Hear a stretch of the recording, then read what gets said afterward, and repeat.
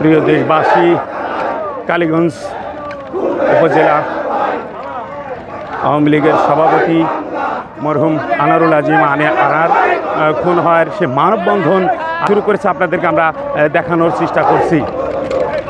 থেকে বারবার নির্বাচিত মাননীয় সংসদ সদস্য আনোয়ারুল আজিম আনার এমপি হত্যার প্রতিবাদে খুনিদের ফাঁসির দাবিতে জানাই সালাম। আসসালামু আলাইকুম রহমতুল্লাহি ওয়া বারাকাতুহু। অন্যান্য সম্প্রদায়ের প্রতি জানাই বিনয়ের সাথে সম্মান।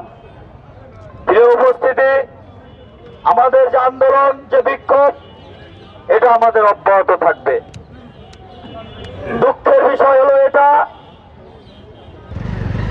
খুনিদের সাথে আরো অনেক খুনের পরিকল্পনাকারীদের নাম আসছে। আমাদের ঝিনাইদহ জেলা আওয়ামী লীগের সাধারণ সম্পাদককে নাকি কে বা কারা জিজ্ঞাসাবাদের জন্য নিয়ে গেছে। আমার প্রশ্ন, কোন গোয়েন্দা সংস্থা একেবারে তথ্য উপত্য না নিয়ে কাউকে নেন না। তারপরেও যদি তিনি গোয়েন্দা সংস্থার কাছে সদ উত্তর দিতে পারেন এবং উনি নির্দোষ প্রমাণ করতে পারেন, তাহলে ওনাকে সম্মানের সাথে ছেড়ে দেবে, এটাও আমরা চাই। আর যদি কোনো সদ উত্তর না দিতে পারেন, এই হত্যার সাথে যদি যুক্ত থাকে, তাহলে তার তো ফাঁসির দাবি করছেই, পাশাপাশি তাকে আওয়ামী লীগ থেকে বহিষ্কারের দাবি জানাচ্ছি। প্রিয় উপস্থিতি, লক্ষ্য করেছি ঝিনাইদহে তার পক্ষে একটি মানববন্ধন হয়েছে।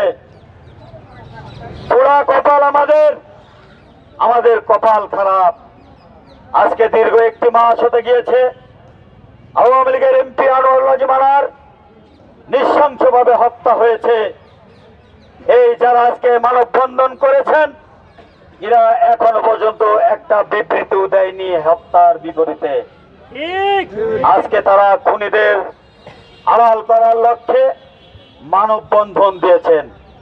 সেই মানববন্ধনে তারা হত্যার বিরুদ্ধে কোনো কথা বলেনি।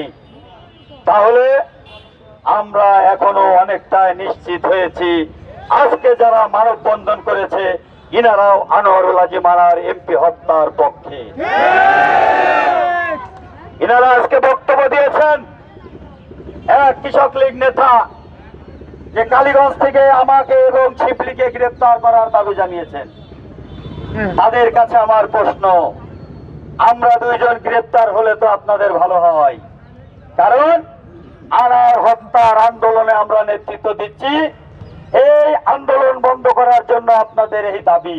যারা এই ধরনের বক্তব্য দিচ্ছেন কুরুচিপূর্ণ, তাদেরকেও জিজ্ঞাসাবাদ করার জন্য গোয়েন্দা সংস্থাকে আমি আহ্বান জানাচ্ছি।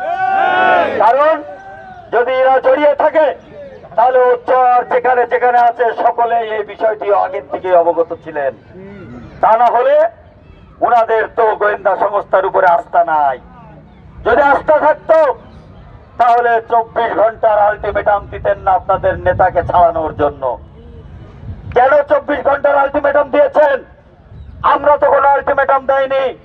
আমাদের ধারাবাহিক কর্মসূচি অব্যাহত থাকবে খুনিদের একেবারে রায় কার্যকর না হওয়া পর্যন্ত।